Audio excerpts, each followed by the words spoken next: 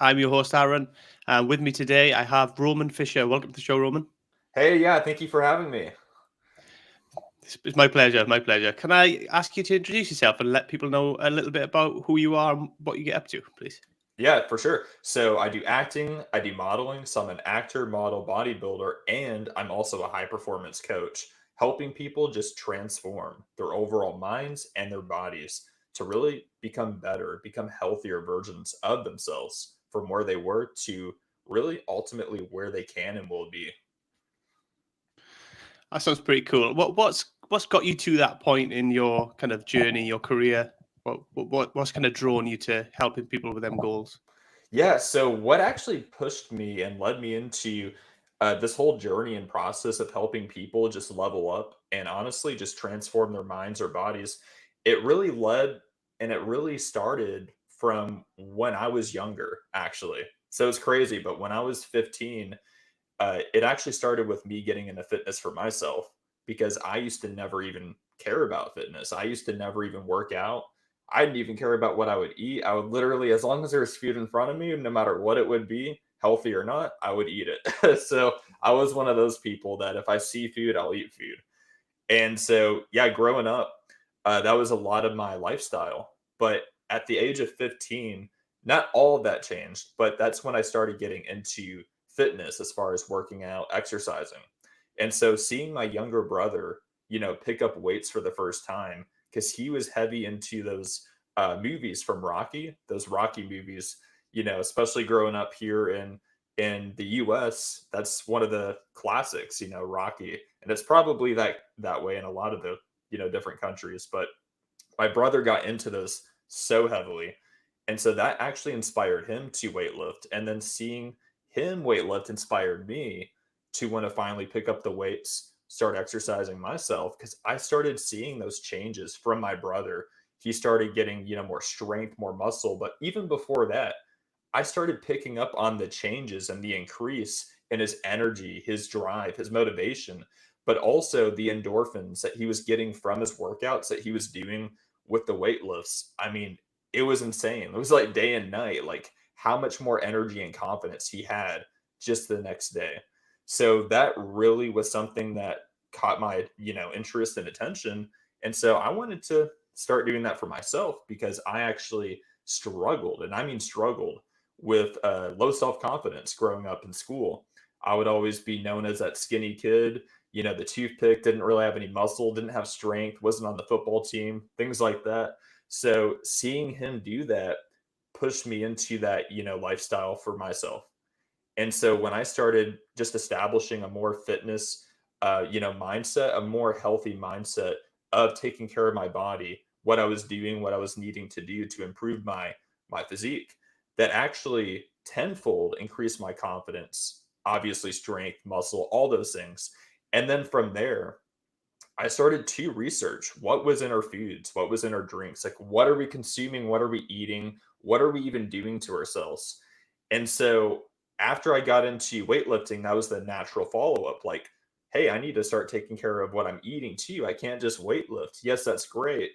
But if I don't take care of what I'm putting in my body, I'm only maybe at best going to get half results that I want to see or half the results I want to see.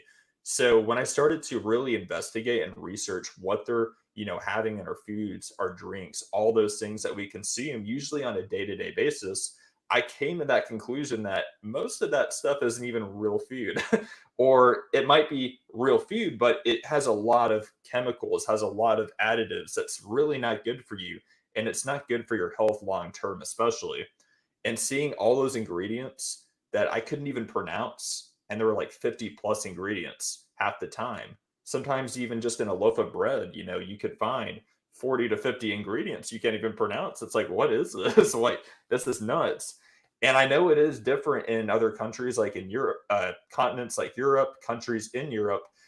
There are certain things banned there that are not banned here in the US. So I found that out too, and that really made it interesting. That really made it very, very interesting for me to know that. And honestly, it really made me want to err on the side of caution more. It's like, man, I mean, some countries are banning what we're having here in America.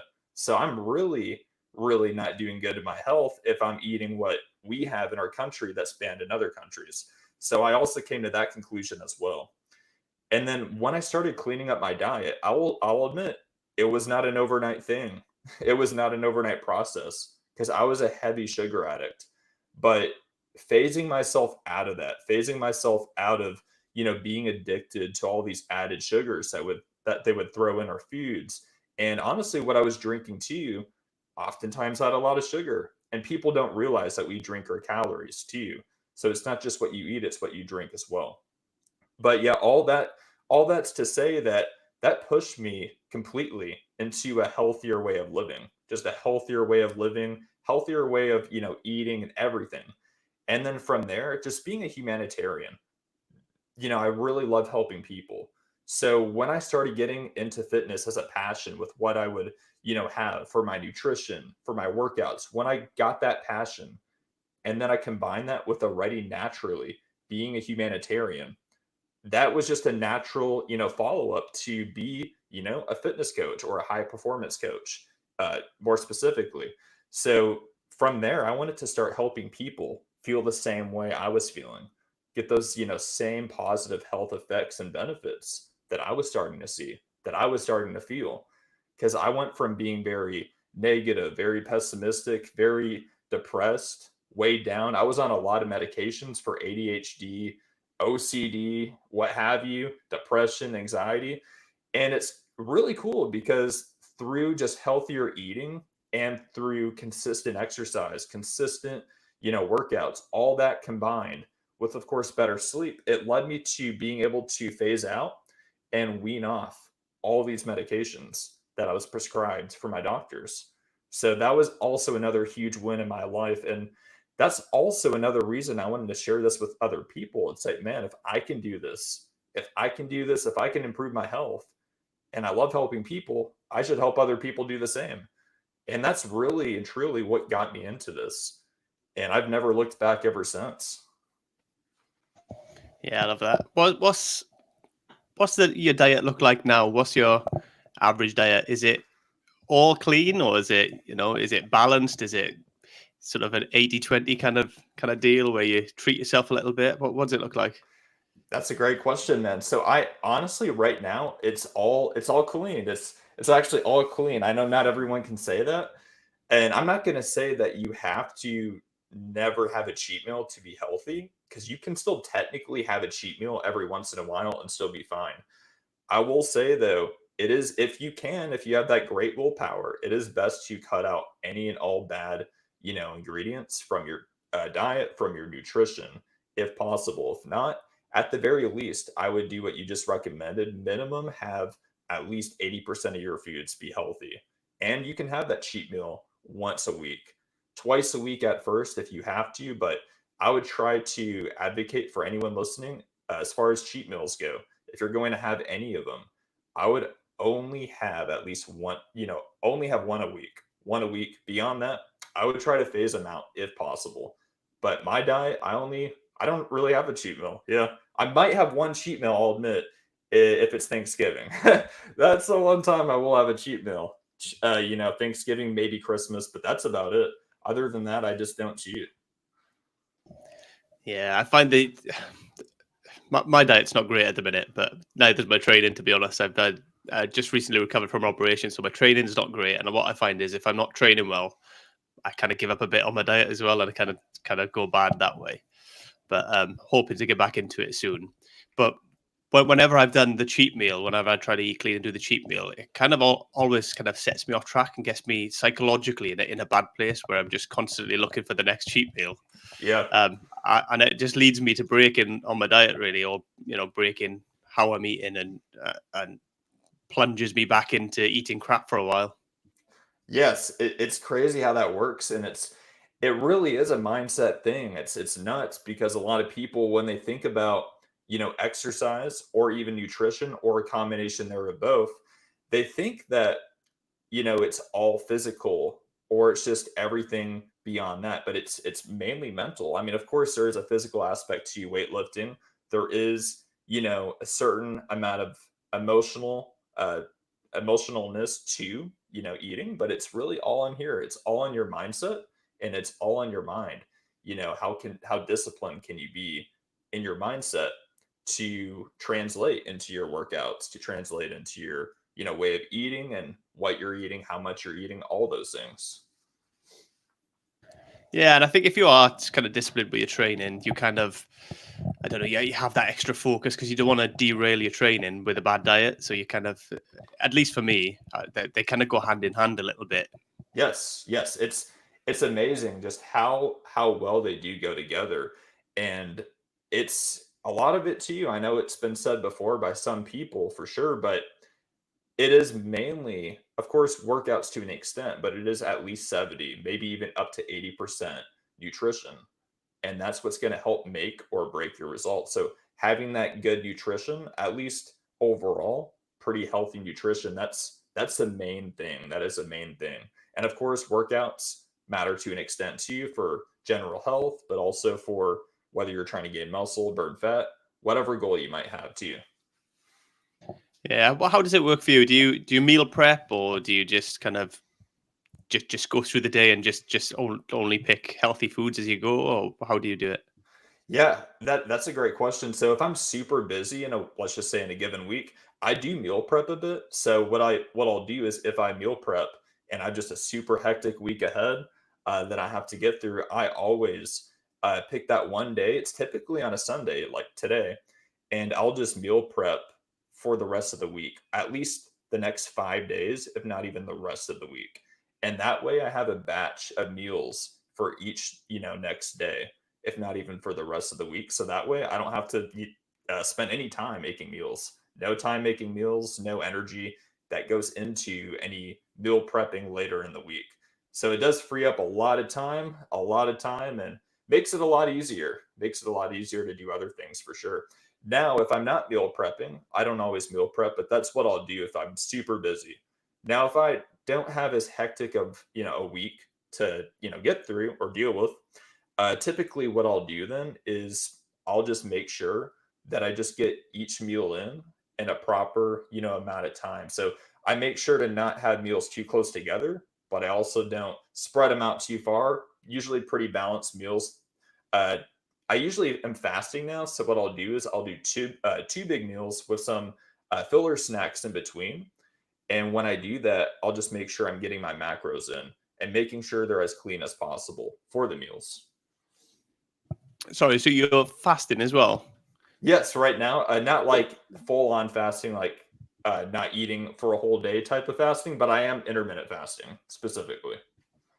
What kind of protocol are you on? Kind of 16/8 or? Yes, 16/8. So what I'll do is I don't eat anything till at least 12 p.m. Sometimes even 1 p.m., but it's typically 12, and then I'll only go till about 7, 8. And then so yeah, that's what I'll do. I'll fast for 16 hours and I'll eat for only the 8 hour eating window. Yep. How do you find that? Is that working for you? Honestly, and it's really good. It's not even so much for weight loss because I found that it's really just being in that caloric deficit, but I have found that I do it more so for the energy and energy boosting benefits from it. So when I do fast, I notice that I'm more focused, I'm more alert, but I'm also just more energetic, I'm more energized. And it's just a lot easier to stay in that flow state, to consistently keep going and honestly not have any brain fog, mental fog. And it just makes things a lot easier and a lot more smooth for my workflow and for my whole, overall workspace. Yeah, that's good. I've dabbled with fasting myself. I've tried the 16/8, and I've done a couple of longer fasts as well. It just my life's not very consistent. I don't have much of a routine. Where I'm all over the place a little bit, so it doesn't really work particularly well for me. I suppose if you have a regular routine, it's probably really really good. Yes. Yeah, there's definitely benefits to it. Definitely can help with your energy and all those things, and it can boost your metabolism, so it can actually help with fat burning, but it is good to know and it's key to know and understand that even though that's all true and that's all the case, it won't work if you're not at least still in a caloric deficit. So always be in that caloric deficit even if you are fasting. And whether you're fasting or not, always be in that deficit if you're trying to lose weight. Because I know that's the common thing. People want to fast to lose weight, or that's one of the main reasons people do it. And that's fine. But again, be in that deficit if you're going to do it. Otherwise, it just really won't work. But it is good still, even if you're not using it to lose weight. It's just good for increased mental focus, mental clarity, and honestly, just staying in that flow, staying in that flow. Yeah, I found that with people who do the kind of the 16-8 or even the longer fasts is when they do have their eating windows, they binge and then they consume more calories than they would have anyway, and then it Yes. defies the entire point of the whole process. Oh yeah. So it's definitely, you have to be, if you're going to do it, that's fine. But especially if you're trying to come at it with the intent of weight loss and losing weight, you have to be intentional about your calories still. So that's always what it comes down to, because it's crazy. It's one of those myths that, oh, I can fast and I can eat whatever. It's like not quite, not quite. Just still got to be in that deficit no matter what, even if you are fasting. So, but yeah, it's funny how that works. It will give you that energy boost, however, but you still got to be in that deficit for sure. Yeah. Do you train fasted or do you eat before training sessions? Yeah, so I used to eat before I would train and go to the gym, but I actually just train on a fasted stomach now. And it's not so much that you're going to necessarily burn more fat that way. I've just found it's a lot easier just to train in general, because when I train on a fasted stomach, not eating anything prior, I found it's just easier to get through a workout session. I don't feel bloated, I don't feel heavy, like nothing's, weighing me down internally inside, and I can just get through my workout a lot quicker and a lot easier that way. And I found too that my workouts, I actually have a bit more energy for them too. More focus. I'm able to do each rep and do each set with a lot more intent without feeling sluggish. So it definitely is more beneficial for me. Now, some people like to eat a little something before, and that's fine if that's your thing, if that's what you want to do. I do recommend, though, if you do eat prior to working out, you can have a small pre workout meal, but I would only have a small I would really have a snack ideally, to make sure you're not eating too much beforehand. Because that's the worst thing you're going to do is train on a full stomach. It's not fun. I've done it before, and it's not the funnest thing. I'll admit. I will admit.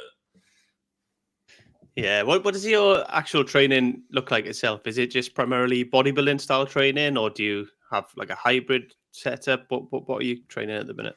Yeah, for sure. I typically do bodybuilding type of training in my workouts. So right now, I was doing 4 days a week before, an upper lower type split for my workouts. But now I do a 5 day split where I'll do upper lower. So Monday, Tuesday, Monday's upper, Tuesday's lower, Wednesday's a rest day. And then Thursday, I do push, which is your chest, shoulders, and triceps. And then I do Friday, which is pull with my back and biceps that I'll work. And then Saturday, I'll do just lower body or my legs. And it's also good to note that on Tuesday, I'll train my legs, but I'll focus more on my quads and some of my calves and abs. But then on Saturday, which was actually just yesterday, I just trained legs. So I'll do more glutes, hamstrings, some of my calves, and my abs, mainly my obliques on that day. And then I stretch after, but that's really good for recovery, of course. But yeah, that's just really, really solid for my bodybuilding type of goals right now. Because right now I'm just trying to cut, and then I'm going to maintain, and then eventually lean bulk again. Do you do any cardio work at all, or? Yeah, so usually I only ever really do cardio when I'm cutting. So right now I'm doing very, very minimal cardio because I'm mainly focusing on weights and strength training, which is the foundation. Whether you're trying to, gain muscle, gain strength, or even if you're trying to burn fat and lose weight, you always want to focus on weights more so anyway. But cardio is good for heart health, and it is good to burn extra calories, which can help lead to weight loss and fat loss. So I do some cardio, but it's very minimal. Right now, I'm not really doing anything on the treadmill or Stairmaster or Stair Stepper. Right now, I'm honestly just doing 10-15 minute light walks after my workout, just outside. And I do that about 4 to 5 days a week. Yeah, that's not too bad. That's manageable. Sounds it. Oh yeah, not spending I'm all day not. on the treadmill. I used to do that. That was that was torture, I'll admit. Trying to burn all those calories and trying to be that cardio guy. Yeah, I'm not one for the cardio myself. Not a big fan. No, I no, do what yeah. I do what I have to do. Oh yeah, weights is so much better. Weights are so much better. Yeah, I don't know if it's because I'm just lazy, to be fair, but I do prefer just lifting. Oh yeah, weights are so much easier. It's crazy because you're lifting a lot of weight, whereas cardio you're not really lifting any weight. It's just your body weight against the resistance of that treadmill. So there's obviously a difference, but it just seems like on paper weights would be more difficult, but for some reason I just enjoy weights a lot more. So Yeah, it's well, your clients or the people you help with kind of fitness and nutrition. What kind of set of people are you helping at the minute? Is it a wide range of people? Is it people from kind of all different walks of life at different ages, or is it a specific kind of type of person at the minute? yeah, for sure. So I accept and I help, people of all ages, of all different backgrounds. So overall, a pretty wide range for sure. But I do focus on helping, busy professionals, typically middle-aged women that are busy professionals trying to just lose weight, burn fat, burn that stubborn belly fat. So that's my target audience, if you will. But I do help a wide range of individuals for sure. That's cool. And how do you? Is it one to one? Is it group stuff, or is it like all online? What do you do mostly? Yeah, so right now it's mostly just all online, and that's really all it's been at the moment. Just all online, all virtual, and I really just help give them those customized workouts and that customized nutrition. That way it helps cater and it's fully tailored to their goals, whether it's gaining muscle or burning fat. That's good. Do you keep them accountable? Do you have like check-ins and constant engagement with them, or how does it work? Yeah, for sure. So I do at least one, sometimes even two sessions, depending on the client and their needs. But I usually do at least one minimum a week, a Zoom call.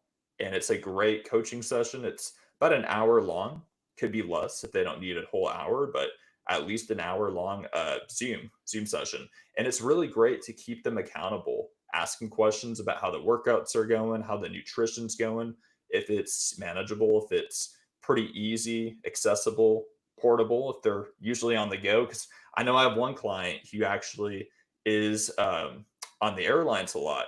He's a flight attendant, so he has a lot of traveling. He does a lot of different time zones. He'll cross, back to back. So definitely, it's portability is key for him. Portability and accessibility, and I would even say to an extent affordability. But really, just making sure all that's working out for them, panning out for them pretty well. Their schedule, and how their workouts are going with their schedule. Any adjustments I might need to make based off of those things too.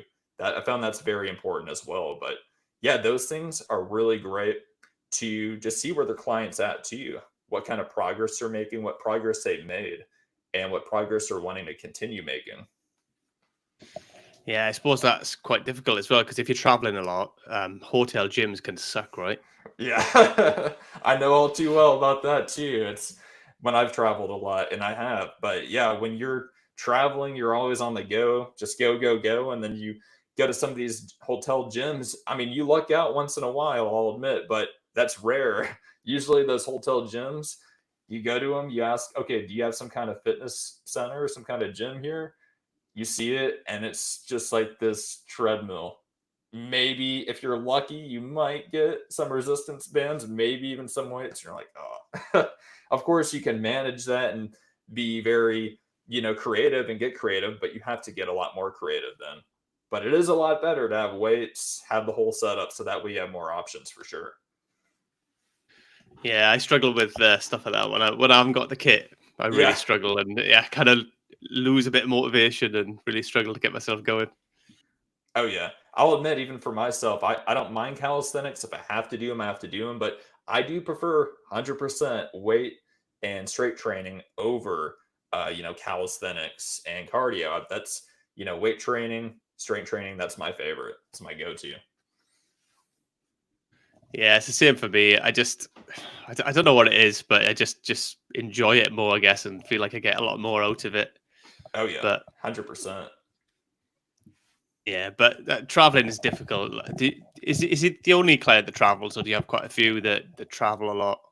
Yeah, for sure. So I've had at least a good handful that does travel a lot. Some of them are just very much home based. Some of them work from home, so it's pretty easy for them. I mean, they're the easiest to work with because they're never on the go. They can either go to the gym or they can just work out at their house if they have a home gym, or even if they just love calisthenics and they want to just work out from home.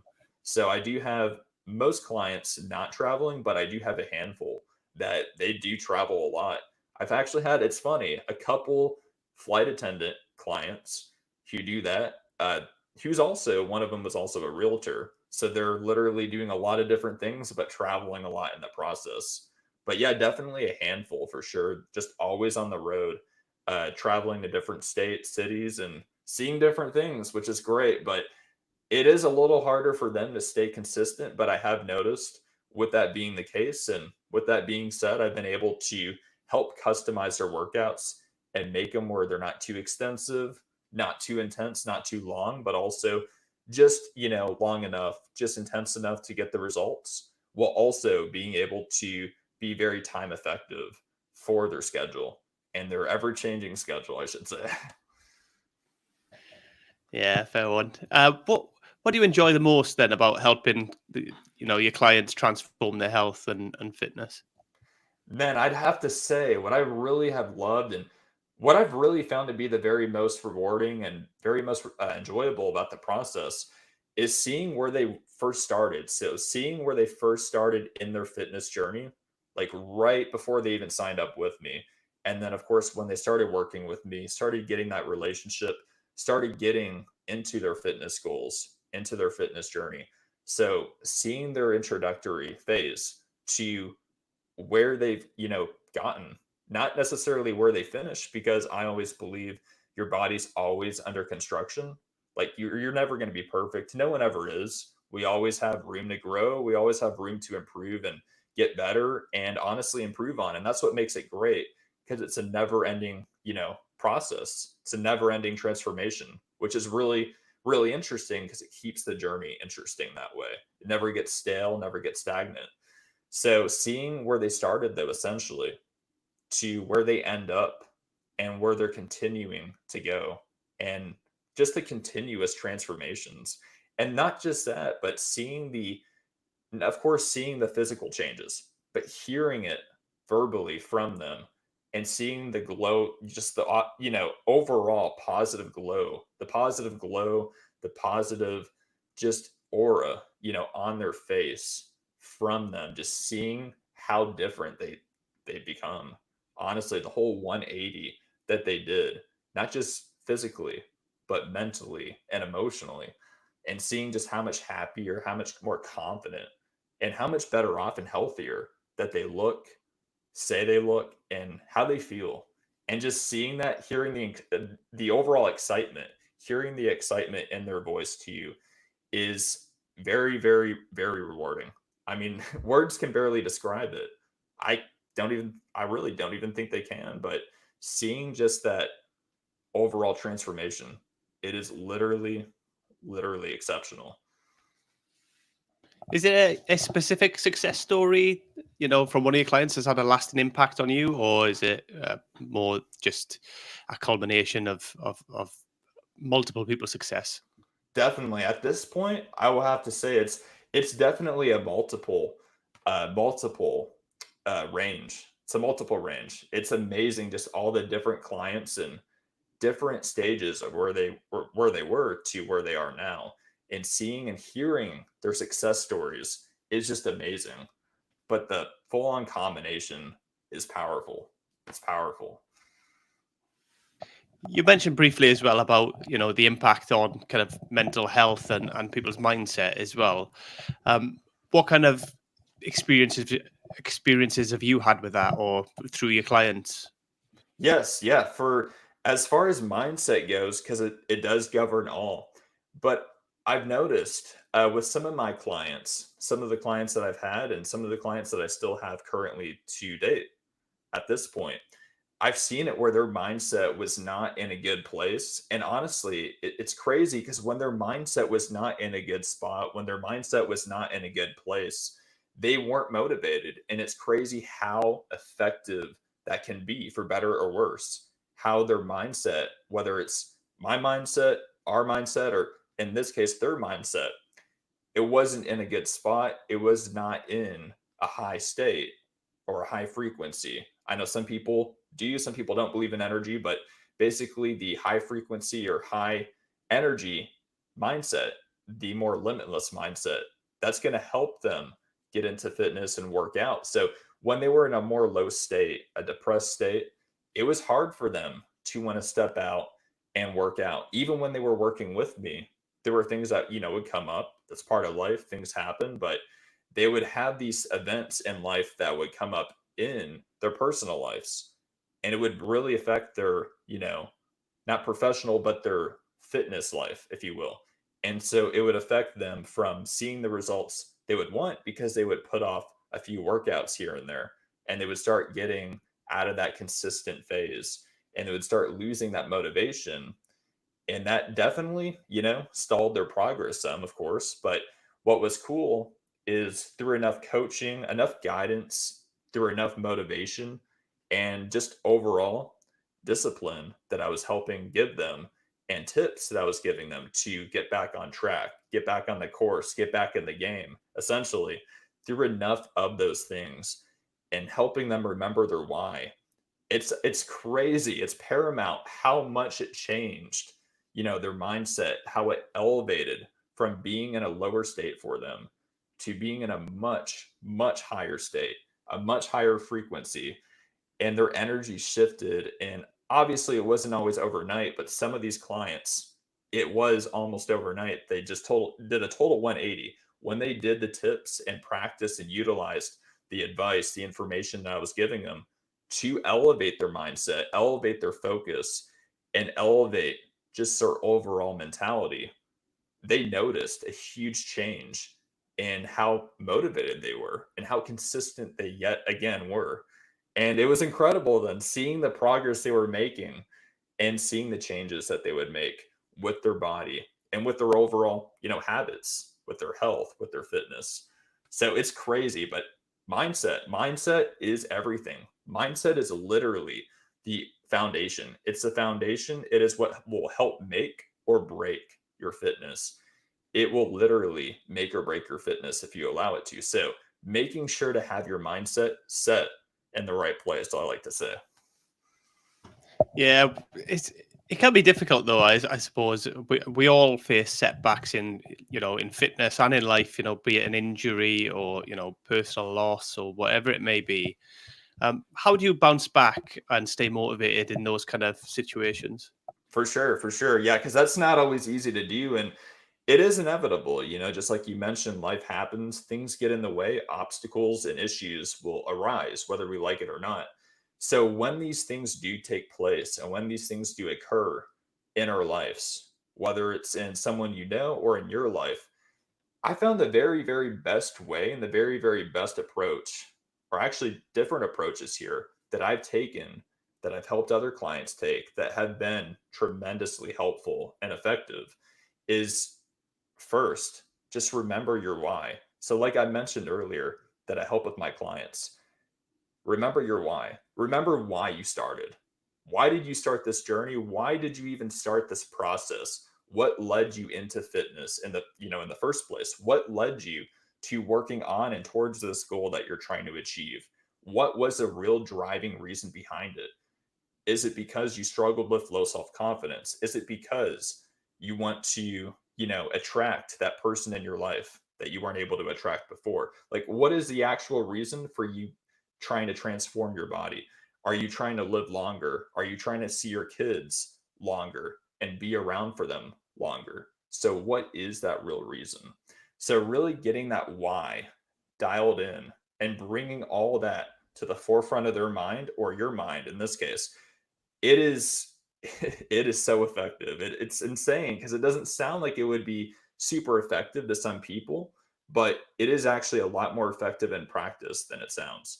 So, really pinpointing and really remembering your why, whether it's writing that down, saying it out loud, or maybe a combination there of both. But just really doing that will be tremendous and honestly life changing. And I would say beyond that, just remembering all the past roadblocks, all the past challenges that you faced that you didn't like, but that you were actually able to manage and push through. So remembering those and writing those down, if you can remember them, remember as many as you can, write down as many as you can remember, writing down all the past challenges, all the past roadblocks that you pushed through and that you honestly got through. And that's what's going to also help you get through this challenge, even if it is a new challenge that you've never faced before. Knowing that you were able to, face other challenges that probably are similar or somewhat similar, that is going to give you that drive, that motivation, and more of that strength, that mental strength, that emotional strength, if you will, to see this through and get through it. The next tip I want to really add in here too that I found to be very effective is give yourself time to grieve. Give yourself time to grieve. You're human. So understand that pain is temporary, but growth is permanent. So you're going to grow out of this and know that for the long term.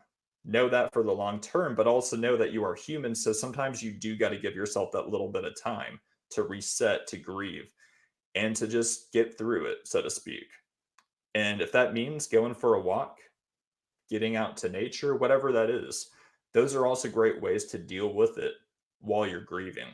To spend time in nature, maybe go for a walk, go for a hike, go by the beach if you have a beach nearby, or even just go by a lake or some kind of waterfront, somewhere that you can find to be very, relaxing and very calm and peaceful. And that's going to help you just calm and even reset your mind because that that is sometimes what we need is to reset our mind because life can be so hectic, life can be so go go go, life can be so frantic, and honestly it can drive some people up the wall. Let's be real here. So while that can be true, and while that is true for really everyone at some point, because life will do that, let's be realistic, but let's also be realistic that you can reset your mind and you can bounce back from this. But give yourself time to reset and reset your mind. And then when you do that, if it's a day later, days later, maybe it's a week or weeks later, maybe sometimes for some people it's a month later or months later. But however long that takes you, try to bounce back as quick as you can, but give yourself that sufficient amount of time mentally and emotionally to finally reset, to fully reset your mind. So that way you can come back that much stronger. Yeah, with it, that's some great advice there, Roman. But what I want to dig into now is dig into what was the biggest obstacle you faced in your kind of journey, and how did you overcome that?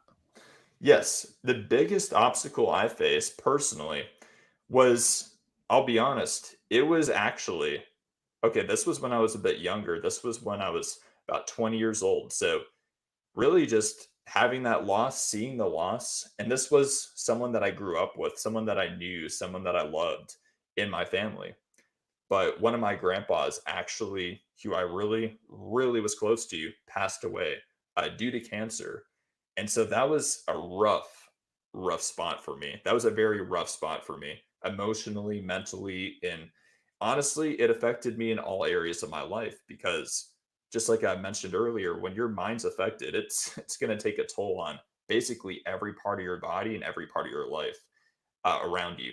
So that really made it hard to deal with, to live with, and cope with.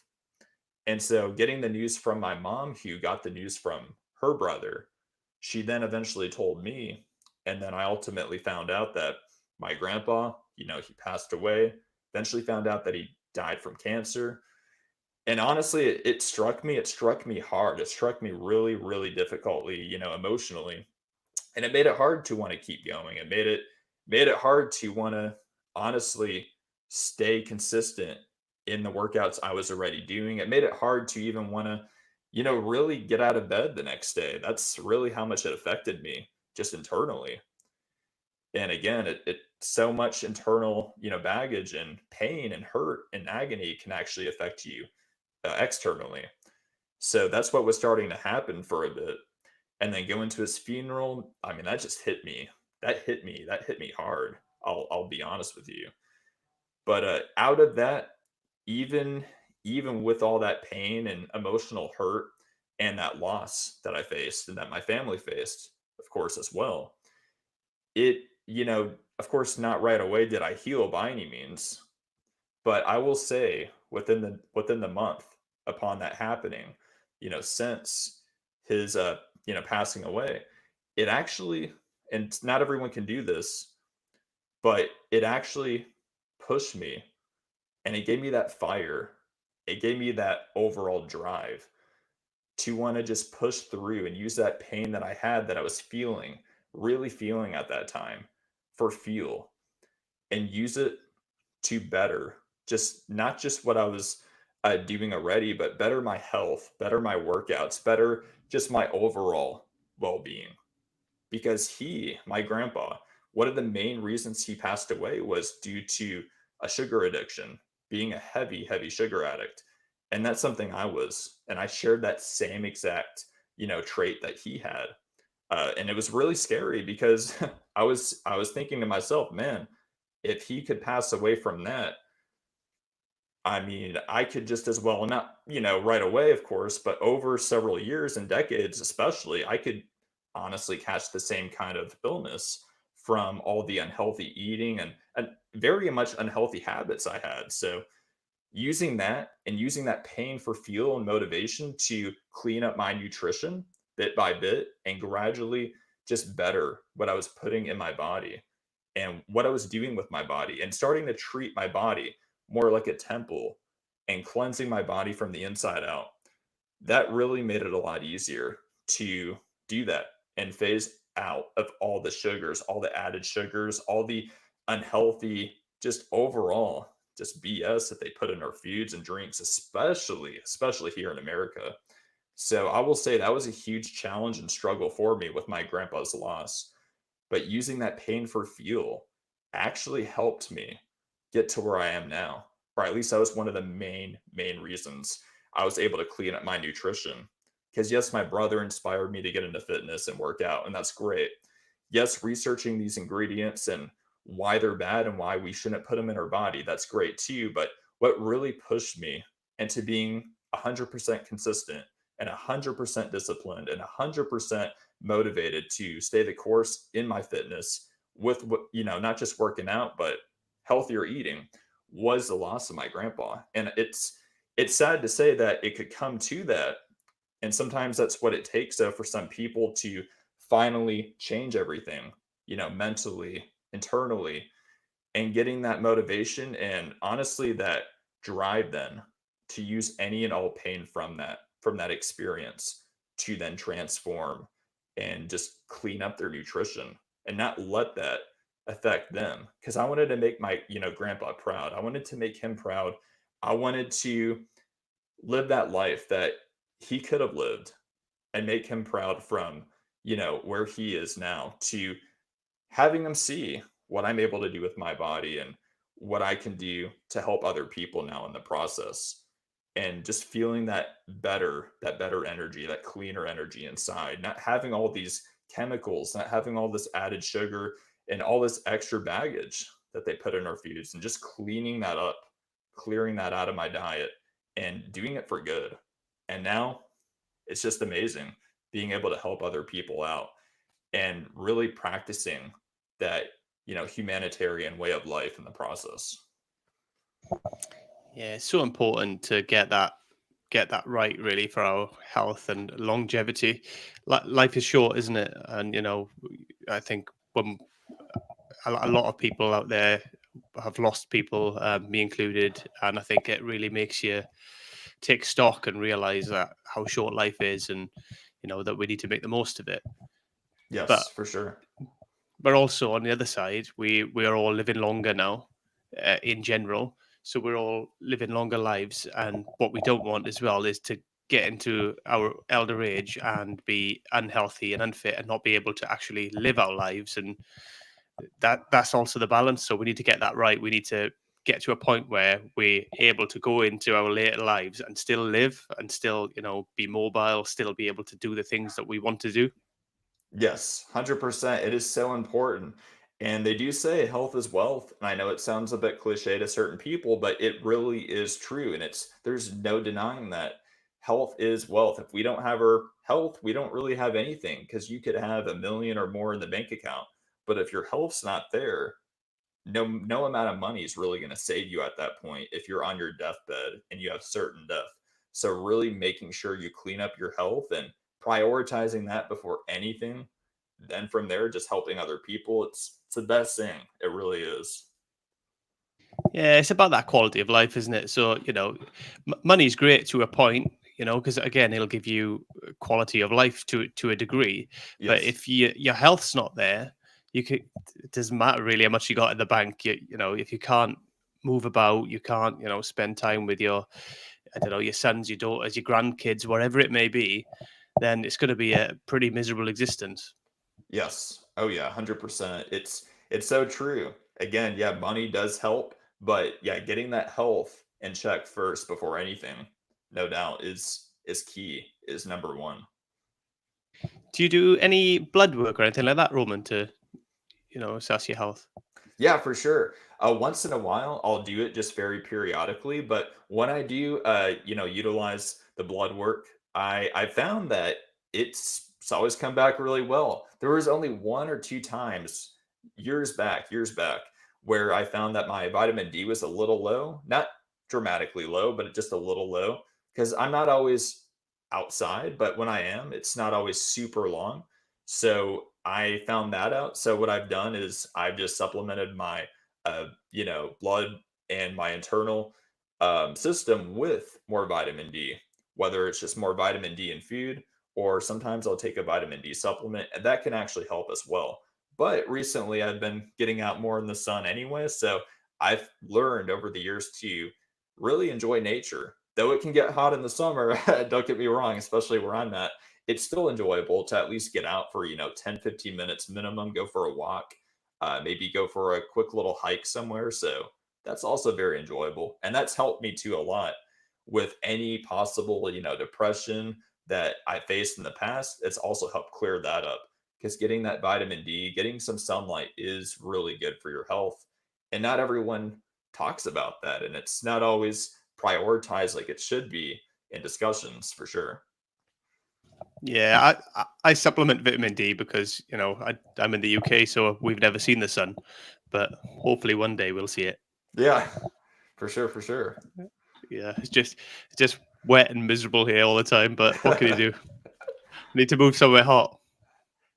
Yeah, it's funny. When I was in California just earlier this year, actually, there were some people from the UK that were. I asked them, I was like, "So, do you enjoy more so in the UK being there, or being here in California?"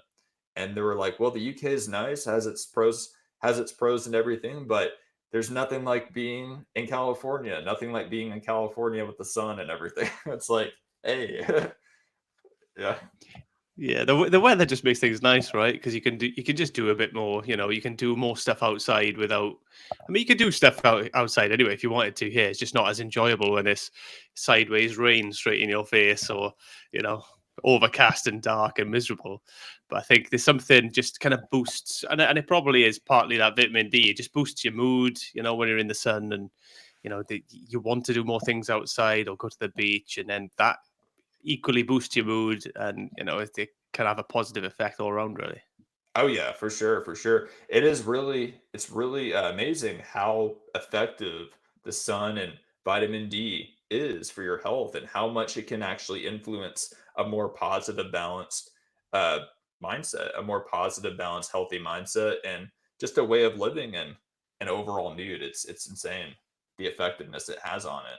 I never thought about it too much when I was younger, but as I've studied a little bit more on it, and of course experiencing both sides and not having as much vitamin D, having more, I have noticed a shift in my mood even. It's crazy how that works. Yeah, I've noticed it for a long time, especially in the winter here, where they get dark, cold winters.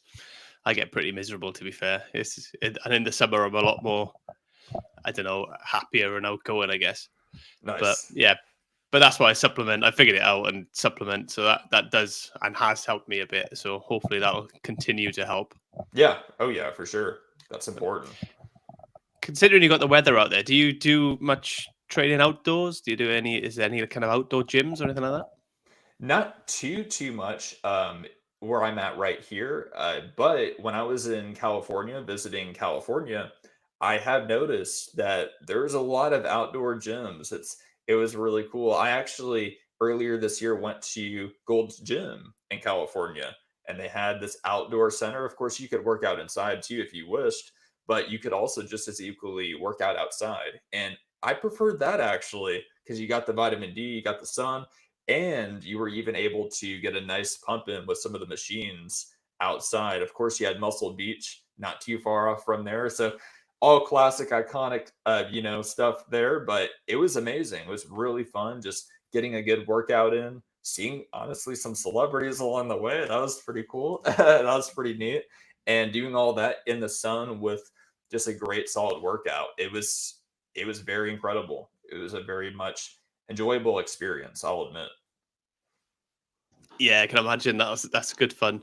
I think the closest I've got to that is when I was in the military and we were overseas, and we had our own makeshift gyms where we made out of like kind of concrete and Oh wow. just whatever we could find. Really, we made our own weights and stuff.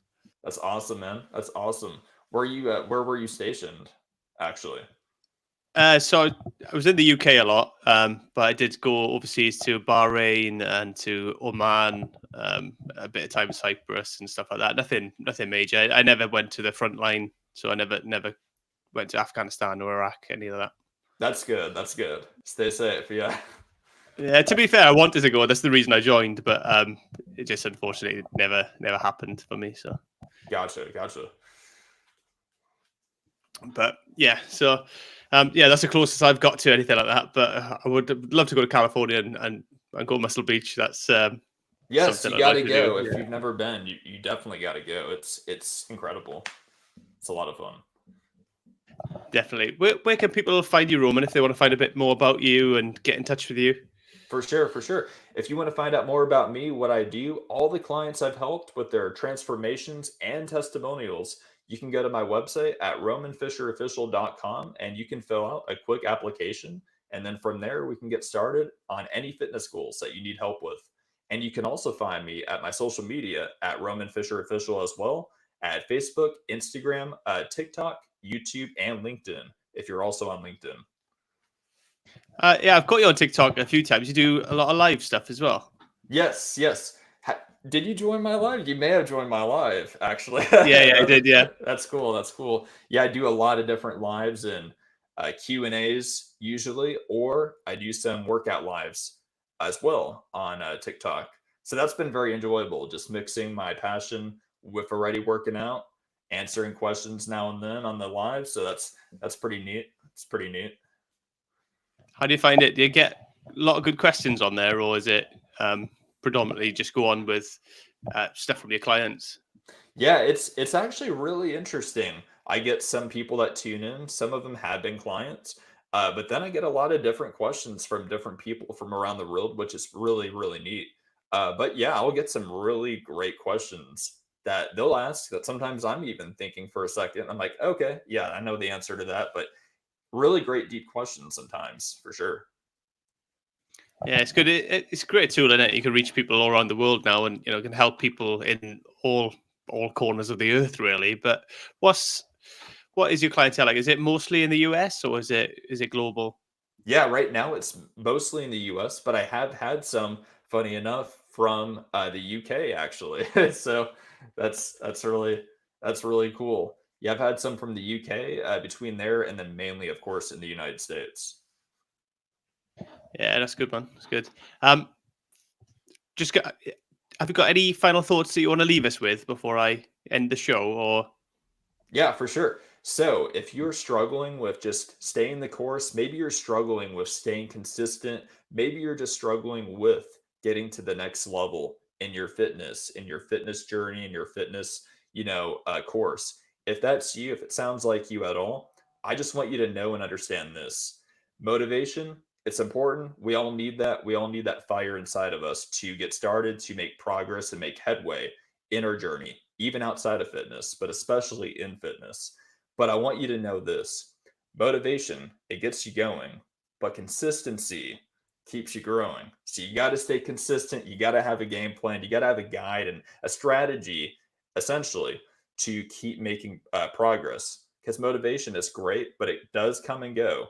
So you got to be consistent. You got to have some kind of game plan. And of course, know your why, know why you're on this journey. So that way you can be consistent and not just have motivation that comes, it's great, but it goes. So keep that consistency with your why, with why you want to be on the journey. And then, yeah, just remember everything you have accomplished, because you're going to get to your goal. It's just a matter of time. Roman, my man, thank you so much for being on the show. Really appreciate you coming on. No doubt, no doubt. Likewise. Thank you for having me. My pleasure. My pleasure. Right. Catch you all later on. Peace.